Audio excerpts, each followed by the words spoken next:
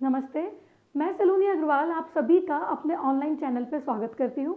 आज का जो वीडियो है वो उन स्टूडेंट्स के लिए बहुत ही हेल्पफुल है जो एमपीपीएससी मेंस की तैयारी कर रहे हैं या फिर अपकमिंग मेंस लिखने वाले। जब भी कोई एग्ज़ाम की तैयारी की जाती है तो सबसे पहले तो ये पता होना चाहिए कि एग्ज़ाम में पूछा क्या जाएगा। मैंने आप लोगों के साथ लास्ट एक वीडियो में जीएस पेपर 1 के सिलेबस को डिस्कस करा था। आज के इस वीडियो में मैं आप लोगों के साथ जीएस पेपर 2 के सिलेबस को डिस्कस करने वाली। तो आइए हम लोग स्टार्ट करते हैं। आप लोगों ने अगर लास्ट वाला वीडियो नहीं देखा है तो ऊपर आई बटन में लिंक है, आप वहाँ से देख सकते हैं जीएस पेपर 1 के सिलेबस वाला जो वीडियो था। अब देखो, हम लोगों को मालूम है कि एमपीपीएससी में प्रीलिम्स एग्जामिनेशन होता है, प्रीलिम्स के बाद मेंस है, मेंस के बाद इंटरव्यू है।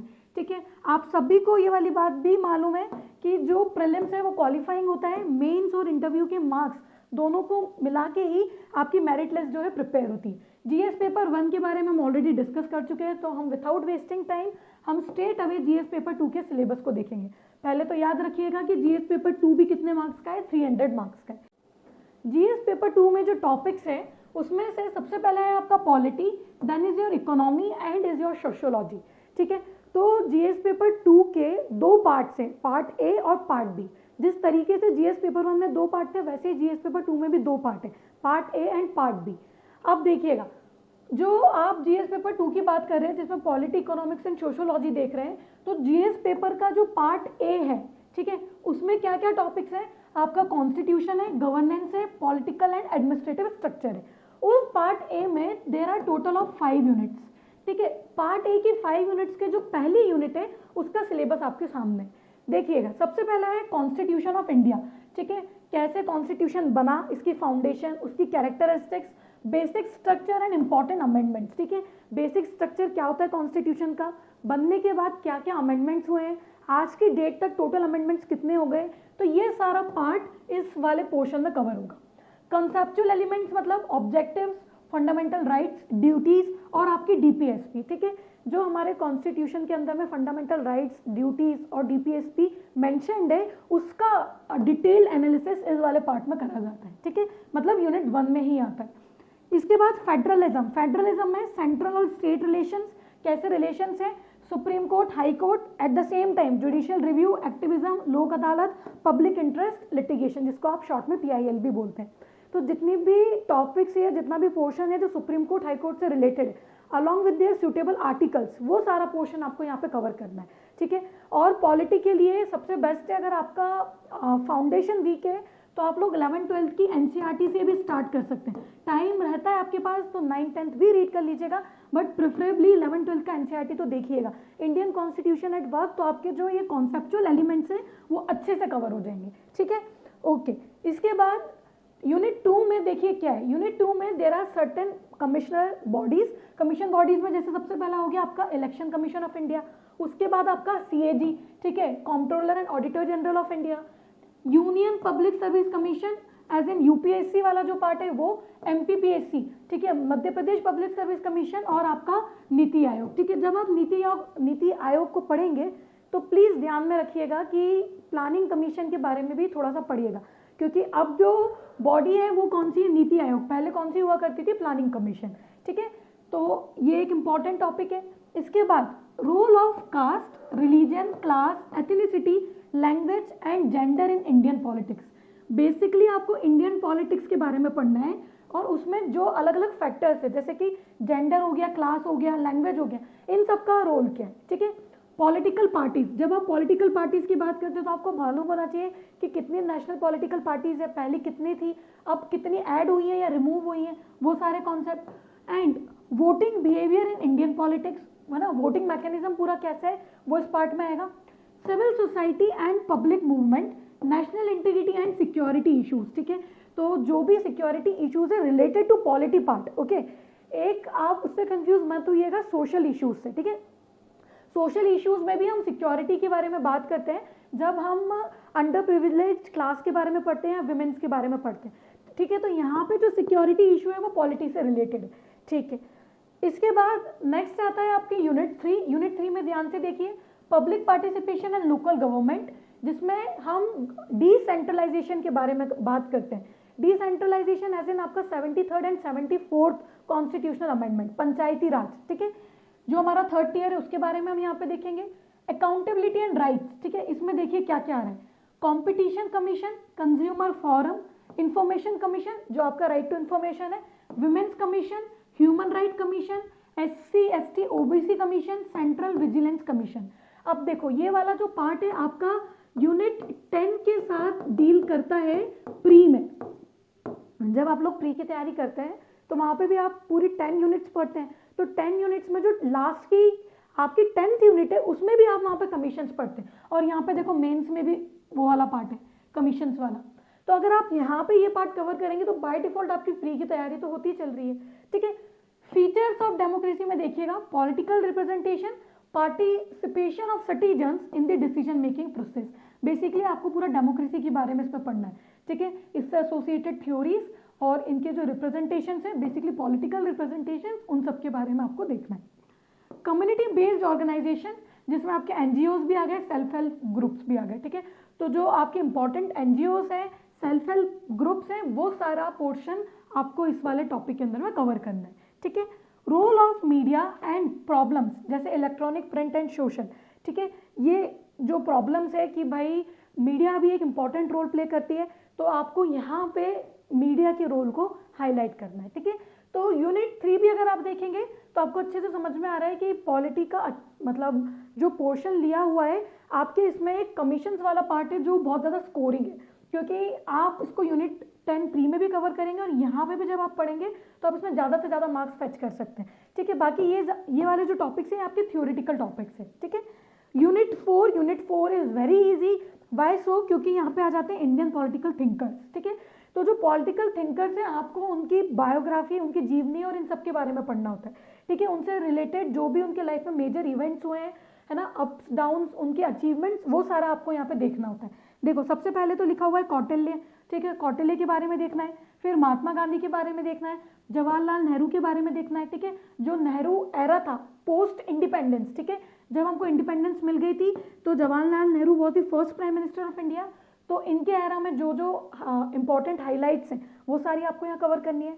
सरदार वल्लभ भाई पटेल, इनका काफ़ी रोल था जब कॉन्स्टिट्यूएंट असेंबली में अलग अलग बिल्स पास हो रहे थे, तो आपको वो सब याद रखना है। राम मनोहर लोहिया, डॉक्टर BR अम्बेडकर, दीन दयाल उपाध्याय और जयप्रकाश नारायण, ठीक है।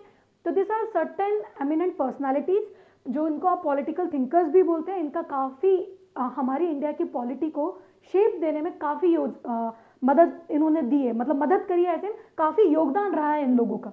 तो आपको ये सारे इंडियन पॉलिटिकल थिंकर्स को पढ़ना है, ठीक है।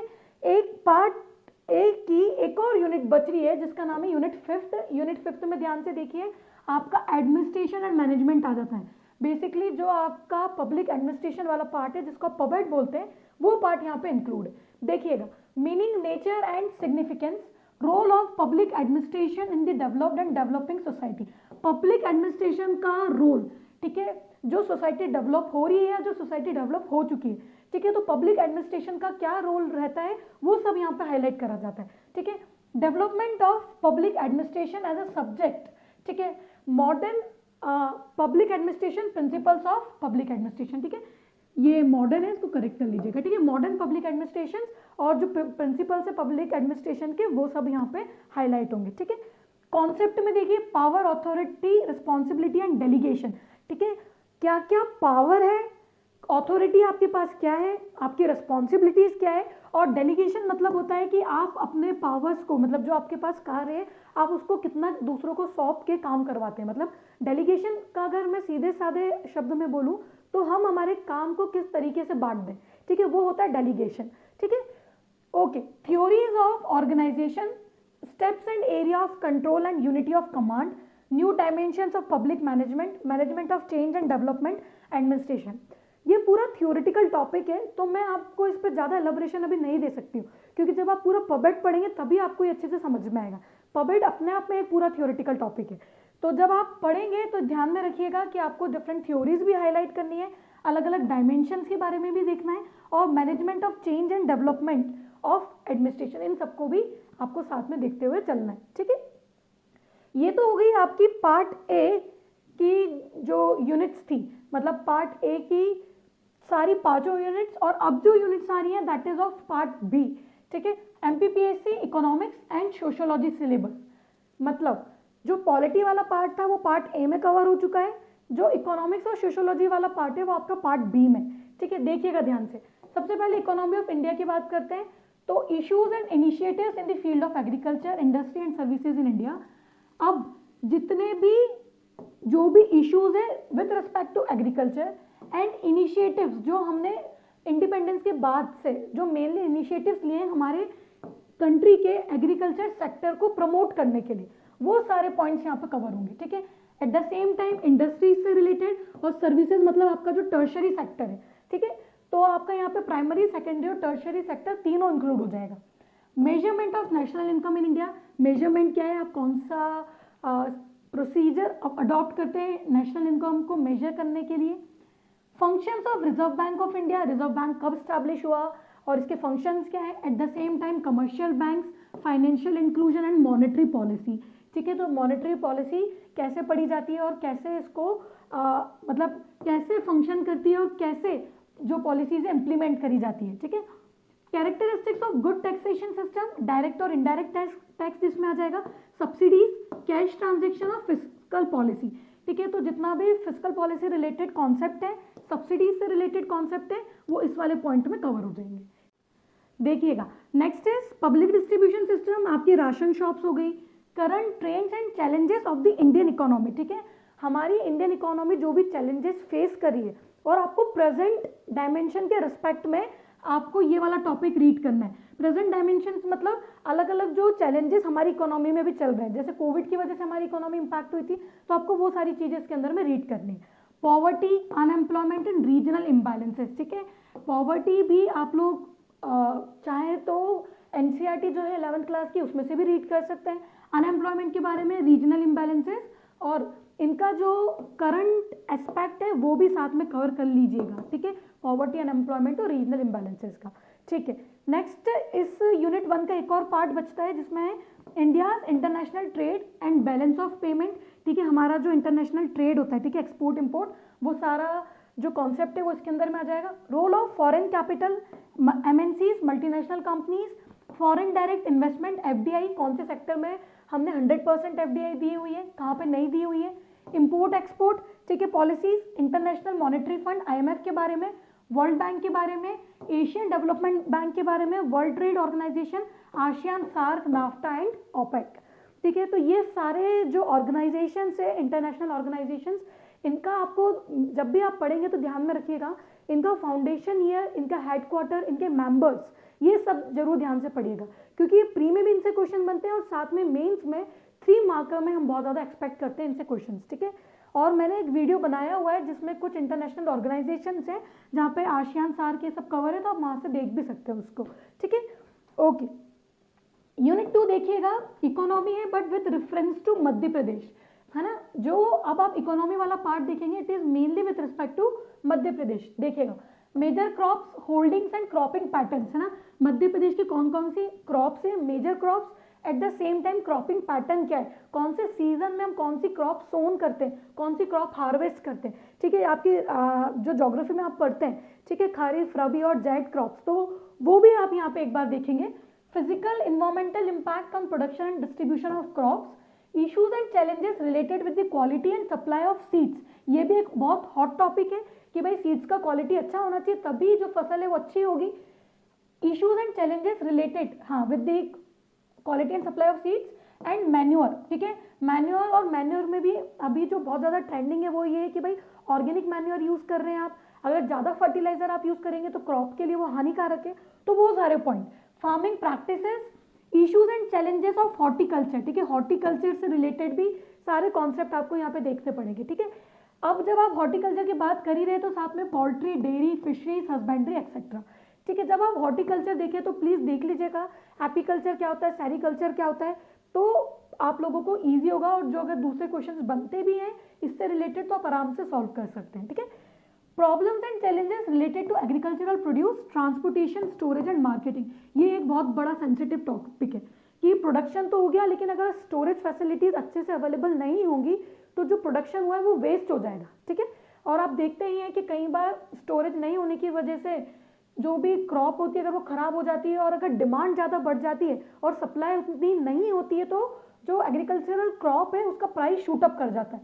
तो वो सारे पॉइंट्स जो इकोनॉमिक्स से रिलेट करके हैं आपको सारे यहाँ पे देखने हैं, ठीक है। Welfare schemes of agriculture, Madhya Pradesh के गवर्नमेंट ने एग्रीकल्चर से रिलेटेड क्या क्या स्कीम्स इनिशिएट करी है। फार्मर्स से रिलेटेड स्कीम्स जो होंगे वो भी यहाँ पे आ जाएंगी। कंट्रीब्यूशन ऑफ सर्विस सेक्टर कितना है, सर्विस सेक्टर का कितना कंट्रीब्यूशन है एमपी की इकोनॉमी में। Infrastructure and resources of Madhya Pradesh, हमारे पास क्या क्या इंफ्रास्ट्रक्चर है, क्या क्या रिसोर्सेज है। Demographic scenario of Madhya Pradesh and its impact on the economy of Madhya Pradesh. Demographic scenario मतलब वर्किंग पॉपुलेशन यहाँ पे आएगा, ठीक है। तो डेमोग्राफिक सिनेरियो क्या है और उसका मध्य प्रदेश की इकोनॉमी पे क्या इम्पैक्ट है। Industrial sector growth trends and challenges, ठीक है।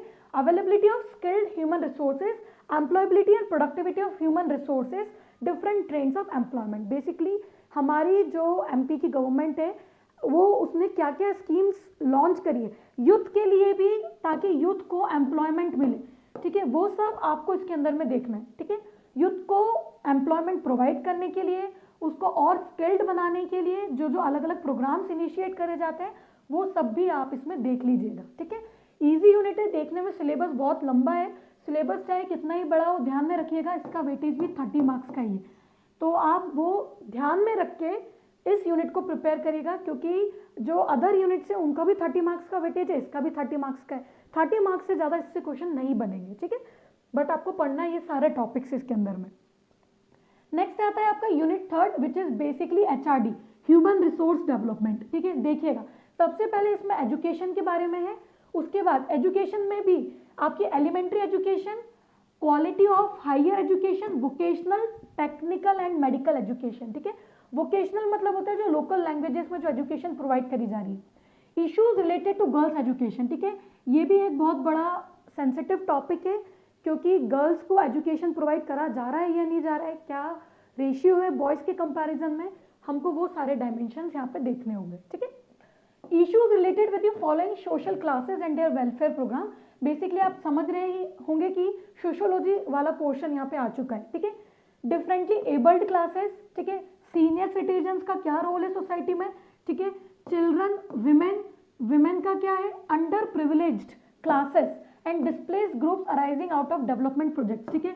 ये जो टॉपिक है देखिएगा ध्यान से, displaced groups arising out of development projects, इसका मतलब ये है कि कई बार प्रोजेक्ट्स डेवलपमेंट के लिए जब नए नए प्रोजेक्ट्स लॉन्च करे जाते हैं तो जो वहाँ के लोकल हैबिटेंट्स होते हैं, जो वहाँ पे रह रहे होते हैं, उनको वहाँ से मूव करवा दिया जाता है, उनको डिस्प्लेस करा जाता है।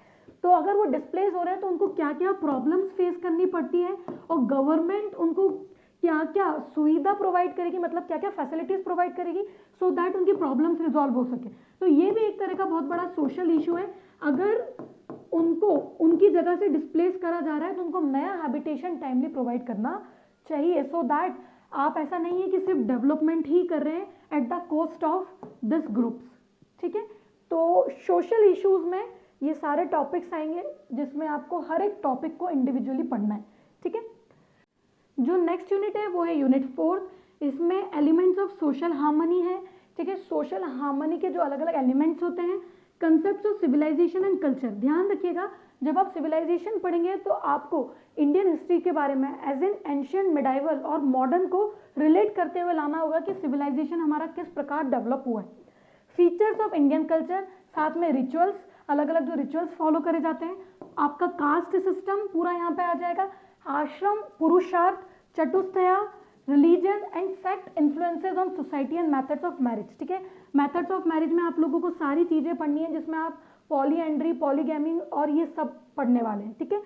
कम्युनिटी डेवलपमेंट प्रोग्राम में देखिएगा एक्सटेंशन एजुकेशन, पंचायती राज आपने पॉलिटी में भी देखा है, 73rd और 74th अमेंडमेंट, तो आपको मदद करेगा।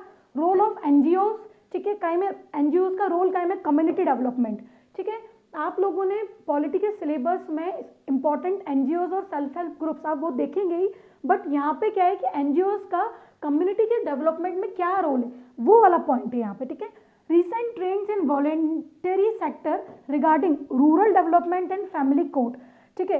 ये जो टॉपिक है ध्यान से देखिए, recent trends in voluntary sector regarding rural development, ठीक है, लोग वॉलेंटरी भी आगे बढ़ के रूरल डेवलपमेंट के से रिलेटेड काम कर रहे हैं। तो वो जो रिसेंट ट्रेंड जो चल रहा है, लोग अपने पर्सनल ग्रुप्स बना के जो काम कर रहे हैं, वो वाला पॉइंट आपको यहाँ पे कवर करना है, ठीक है। और फैमिली कोर्ट एक इंपॉर्टेंट टॉपिक है जो यूनिट 4 के अंदर में आएगा, ठीक है।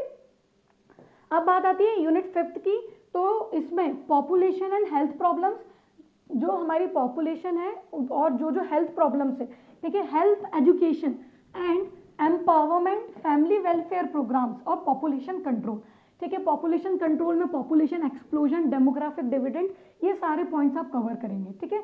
Okay, status of tribes in Madhya Pradesh, now this point is with respect to, specifically with respect to Madhya Pradesh, है ना। क्या उनका स्टेटस है, सोशल स्ट्रक्चर, कस्टम्स, उनकी बिलीव्स क्या है, मैरिज, किनशिप, रिलीजियस बिलीव्स और ट्रेडिशंस क्या है, festivals and celebrations in tribes, tribes कौन से फेस्टिवल्स को सेलिब्रेट करते हैं, ठीक है। विमेन एजुकेशन यहाँ पे आया है वापस से, फैमिली हेल्थ जो हमने यहाँ पे भी हाईलाइट करा है हेल्थ प्रॉब्लम्स में, तो वो पॉइंट आ जाएगा। Vital statistics, causes and effects of mall nutrition एक बहुत इंपॉर्टेंट टॉपिक है, ठीक है, वो आपको देखना है। Government programs of supplementary nutrition, क्या गवर्नमेंट ने कोई स्कीम्स इनिशिएट करी है माल न्यूट्रिशन को कम करने के लिए, एनीमिया को कम करने के लिए, तो ये सारे प्रॉब्लम्स जो है डिसीजेस से रिलेटेड, हेल्थ से रिलेटेड, ये सब इसमें कवर होने वाले हैं, ठीक है। Technological inventions in the field of immunology आप लोगों को पता है, इम्यून सिस्टम को बूस्ट करने के लिए जब हम पढ़ते हैं तो उसको बोला जाता है इम्यूनोलॉजी, ठीक है। इसके बाद रेमेडीज का है कि treatment and cure of communicable and non communicable diseases, तो जितने भी कम्युनिकेबल और नॉन कम्युनिकेबल डिसीजेस हैं उनका ट्रीटमेंट किस प्रकार करा जाएगा और उनको क्योर आप कैसे कर सकते हैं, ठीक है, that part will come under this topic. And last is your world health organization. अगर आप हेल्थ की बात कर रहे हैं और आप WHO के बारे में ना पढ़े, ऐसा कैसे हो सकता है, तो ठीक है, WHO आपको यहाँ पे कवर करना है। WHO अपने आप में एक बहुत बड़ा ऑर्गेनाइजेशन है, तो याद रखिएगा उसके ऑब्जेक्टिव्स क्या हैं, स्ट्रक्चर क्या है, एट द सेम टाइम उसके फंक्शंस क्या है, और what are the programs which has been launched by WHO in the past, and अभी करंट में क्या क्या प्रोग्राम WHO ने इनिशिएट करे, ठीक है। तो ये सारे इंपॉर्टेंट पॉइंट्स यहाँ पे कवर हो जाएंगे। एंड लास्ट इज, मैंने आप लोगों को GS पेपर 1 में बताया था कि पेपर का फॉर्मेट कैसा होता है, सेम फॉर्मेट आपका GS पेपर 2 में होता है, ठीक है। हर एक यूनिट से 30 मार्क्स के क्वेश्चन आते हैं, मैं एक बार शॉर्ट में समराइज कर रही हूँ। 30 मार्क्स में जो 3 मार्क्स के क्वेश्चन होते हैं वो टोटल 3 होते हैं, 5 मार्क्स के क्वेश्चन टोटल 2 होते हैं और 11 मार्क्स का क्वेश्चन 1 होता है। तो यही फॉर्मेट आपका पेपर 1 में था और सेम फॉर्मेट आपका पेपर 2 में है, जिसमें से पेपर 2 के पार्ट A को जो मार्क्स दिए हुए हैं वो है 150, क्यों, क्योंकि टोटल कितनी यूनिट से, 5 यूनिट से।